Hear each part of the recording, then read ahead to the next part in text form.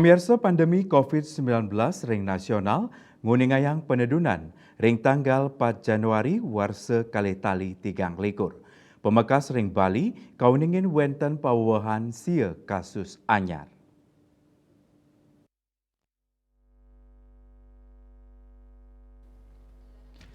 Wilangan pawawan kasus nasional kantos 500-an diri sayang sarang arahina sedurung nyane kantos langkungan telung ngatakan diri. Indik pasien sede sangkaning COVID-19 taler kauningin tedun ring tanggal 4 Januari ring sor dasa diri.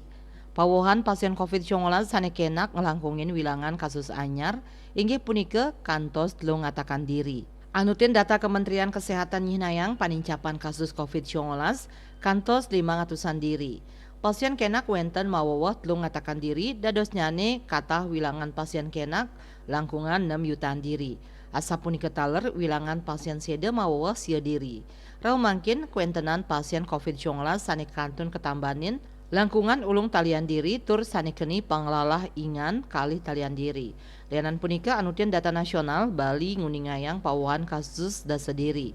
Selanturnya nih pasien sedan nenten kauningin. Intik wilangan pasien kenak mewawah kali diri. Diah Dewi Bali Pos nguningayang.